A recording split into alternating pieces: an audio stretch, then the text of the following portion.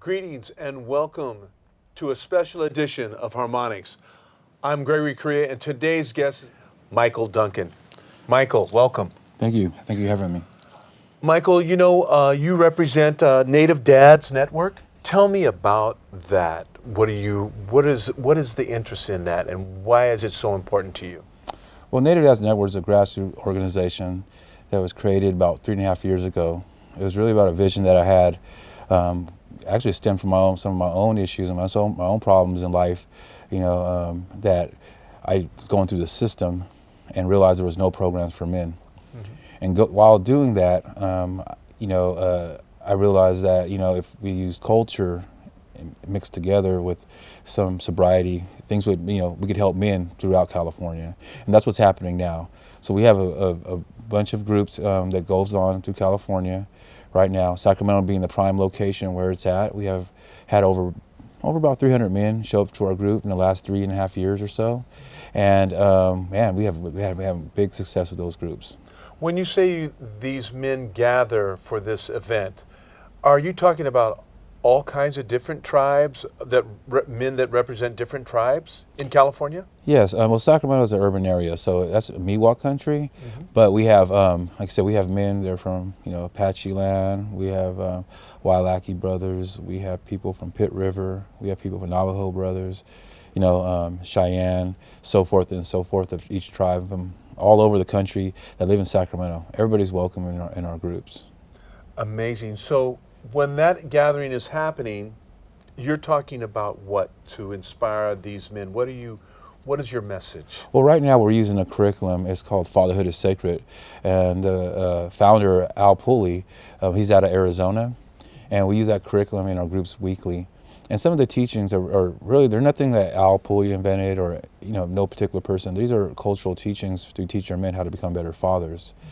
Now, everything from past that I've been bringing into different teachings in each group. So we have sweat lodges, or we do Roundhouse. We do different kind of teachings to teach men how to become better fathers and better men. Mm-hmm. You talked, one of the things that really was kind of interesting to me when you were doing a presentation at our meeting was how you explain warriors. Mm-hmm. Can you do that here? Can you explain how that all curtailed? What people, they think what warrior means, and then how you interpret it. It was, mm-hmm. It was very elegant. Mm-hmm. It was very elegant to me. Well, I mean, that takes too much time, but because we were growing up in a certain time, or maybe in a certain, era, you say, the term warrior has been used very differently. Traditionally, when we looked at the way that warrior was looked at and what the value of just the name warrior, it was an honor to be called that. Now, today, a lot of times when you associate warrior, you usually associate with violence or fighting or warring. And really how we're perceiving it, or how we're showing it, or how we're teaching it is we're saying to our men that a warrior is a man that keeps our family happy and safe. Mm-hmm. So how we develop that. So how can you make your family truly safe, right? And there's all these different components that we look at and try to help the men to understand, like the emotional safety, the mental safety, the physical safety, that's the part where people get confused at, like that's the only part to keep our family safe, and the spiritual safety, like we have to protect that. And so we're doing a good job of that. We are looking at those things and helping our men understand that there's more than being a warrior, being a man, than maybe we were taught as a young man. Mm-hmm. So in your vision that you started out with, what do you perceive as you're moving forward on a day-to-day basis, because you're doing a lot of work? Mm-hmm. Now, do you have like a couple other people that help you to network, or is it just Mr. Michael Duncan? Well, right now I'm the staff, the administrating. I have a board, some good, strong men. We have and a warriorette, as you say. Mm-hmm. She, Mary Thompson Hummingbird, and we have Albert Tittman, Miwok, and we have Dean Hoagland. She's Coast Miwok from the Bay Area. But right now, I'm the staff and administrating, so I'm the one that goes out and promotes, and I'm the one out and goes out and makes the phone calls. I run the groups.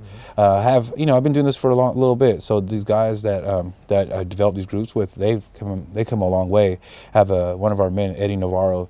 He goes out and, like, when I'm away doing travel, mm-hmm. he is actually the man that takes care of the group while I'm gone. Mm-hmm.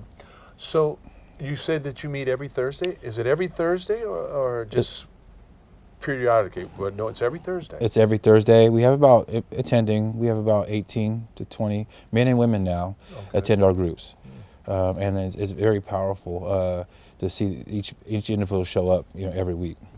A lot of new people all the time. That should actually make you feel good. It does. Bringing in that. So when you guys meet, and just as my own ignorance, what do you guys talk about? What's the presentation like? What would be one of the presentations? Well, like I said, the show's not long enough. I wish we could sit here all day and talk about this, but I'll give you a little brief introduction. One thing that we really focus on at the beginning is really the historical trauma part. For us as Indian people, coming, living here and thriving for thousands of years, and doing things correctly. And we didn't have polices, we didn't have jails, we didn't have certain laws, that we have today. And we really look at the disruption of that society. And so we talk about the things that happened in our communities then, and how the things were taken away, our language, our culture, our identity, and how do we replace that. So I'm really big about talking about pre-contact, like the way things, I love to call it the natural order of things. So coming back to the natural order of who we are as Indian people. I don't have to talk long for an Indian man or Indian woman or even an Indian child to grasp that concept, because they know these are our teachings just by them feeling a certain way. So the power in that is it takes them into we have a purpose here. Yes, you do. We have the highest rate of suicides. We have the highest rate of addictions. We have the highest rate of school dropouts. We have, I want to go into all the health issues that we have. So we have a purpose here. And what I'm realizing, what I'm trying to teach the men and women in our communities is that we have to look inside ourselves and be the missing link. We have to look at ourselves and be the change we want. We have to do all those things for ourselves. Now, can they do it? Yes, I've seen it. I've seen it in our community. I've seen it in other communities that I've been into. And so I'm really excited, to continue to do the work, and to inspire people. Yes. Michael, when you were growing up, this is a personal, when you were growing up, did you feel misplaced in society, or how you were looked at, or did you feel a little bit disrespected, or what did you feel, and where did you grow up at? Did you feel that strangeness maybe in the land that should be rightfully yours? What was it like growing up? Well, I think it's different for me personally. I always knew I was Native. That was never. But I was raised in Sacramento. Our people from our reservation is Round Valley Indian Reservation. I'm Concow, Wailaki, Wintun on my father's side, and then Western Band Shoshone, Tomoka on my mother's side, and Filipino. And on that side, so coming to Sacramento, living in Sacramento, raised in a community where there's very few Native men, or boys, or girls there, I felt out of place. I felt really out of place. So, I tried to fit in different areas, which led to a lot of confusion. What we're trying to do today, as men, we're trying to create a community so that our children don't have to feel that. Yes. We're trying to create a community of wellness, of culture, strictly culture and cultural teaching, so our kids don't have to go through the things, that feeling that uncomfortable of how I felt, or maybe they felt as growing up as kids. What an interesting concept, and that's going to be a lot of work, isn't it? You're out and about. Do you go, like you said, you visit cities, and how do you make contact with other Native Americans? How did you make contact? What do? You call up, or because I was talking earlier to your son, and I was saying I had one Indian friend in my life. Yeah. But I don't see Indians really walking the streets in groups, or what I mean? How do you make your contact to get the Indians involved in this? Well, that's the funny part, because, I think there's people that have the idea what an Indian looks like, right? And so they don't walk around with shirts saying, "Hey, I'm Indian." Well, some do, but no. But most people, they don't. They're different colors. They have different kind of hair, different kind of, they're all shapes and sizes and colors nowadays. That people are Native people. Oh, that's my train of thought. What was the question? So how do you go out and reach out? Oh, yeah. And so, but basically right now it's by a word of mouth. Like I said, it really started simple in Sacramento. We started doing this group, and people started hearing about the men, the fathers coming together and doing something good. And like all the community events in Sacramento, like everybody, elders, the community expects the fatherhood to be there. So if they're not there, then they're like, where's the fatherhood group? How come they're not invited? And I think that word of mouth started. And then, again, like for me, I'm big on Facebook. So social media is really a strong tool. Yes. All the guys give me a hard time about it. They tease me a little bit, like, Facebook ended. But I found it to be a very strong tool because I post everything that we do. I post what the men's progress are. I post, things that each community that I go to and visit, and people going, what's going on? Who's this Mike Duncan? Let's hear him. Although I'll be speaking somewhere and somebody will hear me and go, hey, I heard about you. I seen you on Facebook, or no, my friend talked about you. Can you come to our community? And that's really where the ball started rolling for us, as Native Dads Network. So we're known as an organization that goes into communities that comes and brings these good words, this encouragement, and try to empower communities to be to have their own fatherhood group or a men's group as such. So let's talk, before we go on, how did you get connected to SCIU to speak for us, or speak in front of us? Oh, it was actually that same thing. It was like my flyer went out. It was a flyer for our third annual men's gathering. Okay. And this is our third year. I'm really excited about that. Our first year we had 44 men, which was like for us to get 44 men together and to as a 3-day camp out at Buena Vista Rancheria. It was really exciting, and it was a good turnout. Strong words, strong medicine. In the second year, we had 89 men, and I was really excited. Like, this is doubling. This talk is being talked about through all these communities, and people from all over California, Northern California came. And so now we're looking at this year doing one as large as 150 men coming together in a 3-day camp out at Buena Vista Rancheria, and the message is happening. The name of the gathering is called Returning the Warrior Spirit, and what that is saying to us is that we're going to teach the correct teachings. Native men are going to teach Native men the correct teachings. We're no longer going to listen to anybody else and take their teachings. We're going to teach our men the right way to treat ourselves, to treat our women, to treat our children. We're going to do healing ceremonies. We're going to do forgiveness ceremonies. We're going to dance. We're going to sing our songs. And we got communities from all the way up north towards Hoopa, and we got communities coming all the way down south as Bishop, so the Paiute Reservation. And so we have a strong amount of people coming from all different areas. It's going to be a very powerful gathering this year. Tell me about the gathering. Is that part of it, what you just explained? Yes. And so when you talked about it, there was an interesting thing which you talked about, dance. When you talk about dance, are we talking about the circle dance? Mm-hmm. What kind of dancing and healing are we talking about? Well, we're California Indians, so our dances are ceremonial, and they're really tucked away. Mm-hmm. Not to go too much into it, but we have a certain style of dance that we do. We use clapper sticks. We wear our regalia that we wear into the arbor or roundhouse. Mm-hmm. And so a lot of the gentlemen that will be coming for this year's gathering are ceremonial dancers. Mm-hmm. So I asked them to bring their feathers. So part of that is the stomping on the ground, is our prayers, and then we're gonna do a real late night, probably like midnight. We're gonna probably dance around the fire.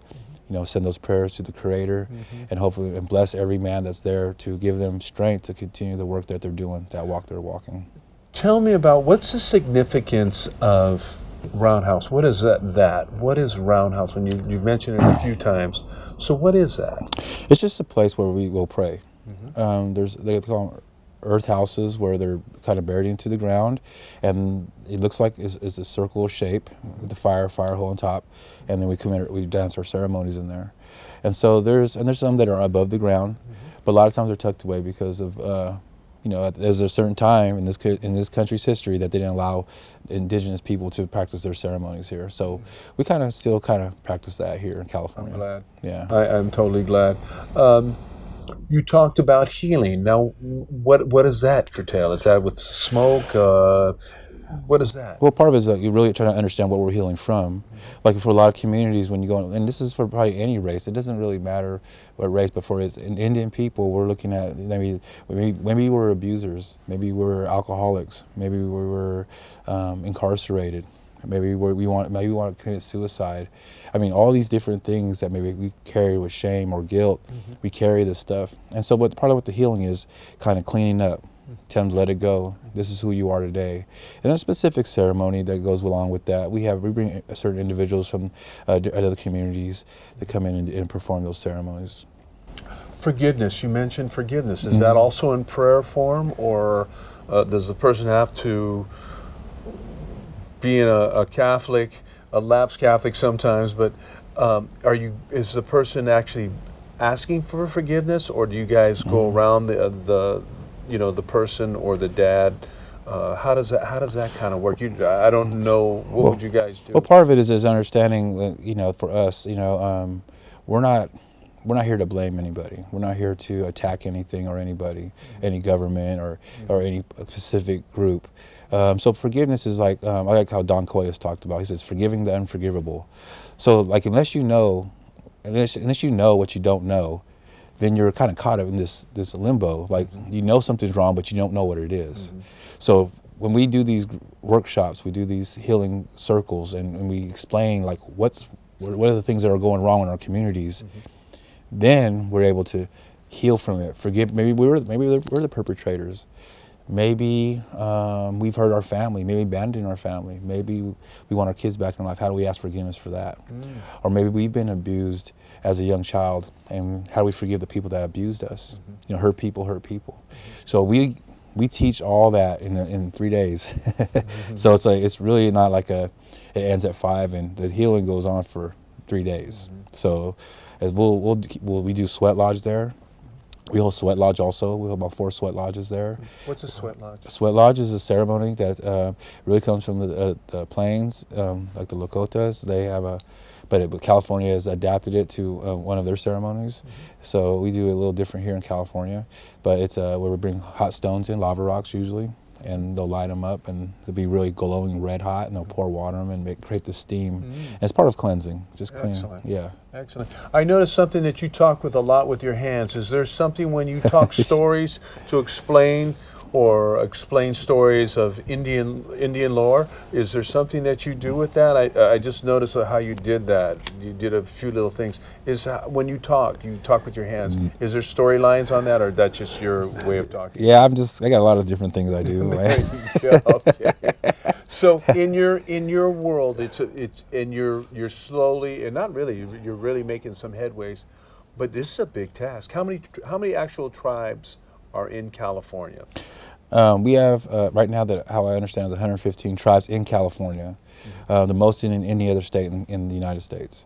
So and there's a bunch that are not recognized yet, and I believe there's about, I'm probably going to say the wrong number, probably 13 to 14 tribes that are fighting for the recognition right now. So that I understand to a certain extent that. Why do you think that this process, what you're doing right now, which is the first time I've ever heard of it, and that's why I think it's so inspirational, even for me as a father and a husband. Why did it take so long, or has it been done before? You actually said there was a guy doing it before. This is a lifelong commitment to you, isn't it? You're convicted to this. You really want to do this. I can see you doing this for the rest of your life, obviously. What inspires you to do it like you do? Well, there's two different sides, and there's one side that I get to see the success of individuals, men that come from places where they struggle. That part, man, makes my heart feel good. I'm really excited about that. It makes me want to continue. And there's a part there where I lose men, and I lose men that are good men that just give up hope. And it really humbles me to continue and feel grateful from where I've come from, to see and I could be successful. And my success is only how I only think my success is that I have all my children in my life, that I'm clean and sober, You know, I teach my kids good things. You know, I try to my best ability, and that's my success. And I want that for every man. I just think sometimes they feel like this is all they have to offer, and so the only thing I'm doing is offering something, a way out, a different way of perspective, way to view things than maybe they'd originally been taught. And do you think that was because of the gray area, how they were brought up, possibly, or just not following, like, I forget, the natural order? I love that. The natural order, so when you're talking, is that been passed down over the centuries, the natural order, or how did you come to that? Is it a piece of paper, or is it just a word of mouth, or, you know? No, it's a teaching. So there's a way that we existed for thousands of years. The way the way we ate. There's a way that we treated each other. I mean, there's all those teachings. They were there. Like there was no, like I said, there was no laws to say, hey, you beat your woman, you go to jail. It just wasn't done, you know, because those things were unheard of, you know. And so, or sexual abuse, or different things. So how do we get back to that? Because that's who we are. It was disrupted at a certain time, and for a lot of races, I don't know their history like the way I know my history. We know exactly when ours was disrupted. Yes. And we could say 1492. And so since that time's been disrupted, things have changed.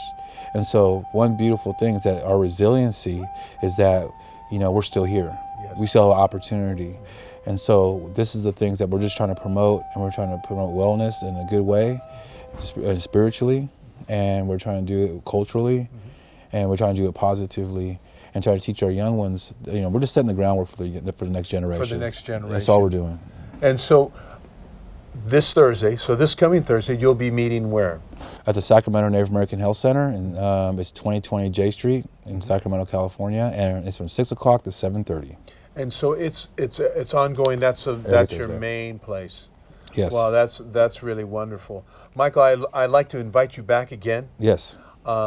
Maybe one day we could go on site and see what you do if that's allowable. But I'd like to thank you, and I would like to invite you back. All right. Thank you. Can I give a quick? Of course. Also, Of course. if anybody would like to donate to our men's gathering, it's called Returning the Warrior Spirit. We take all donations. We could really use the help from anybody. Any amount was not too much or too little, I guess you'd say. You can send it to P.O. Box 162725, Sacramento, California, 95816, and just attention Native Dads Network. Appreciate it. Thank you. Thank you, Michael. And I'd like to thank everybody that has watched and made our show so successful. And I'd like to thank Michael Duncan for being here today, and he brought his son. And thank you so much, and inspiring. Thank you for having me. Peace and love to you.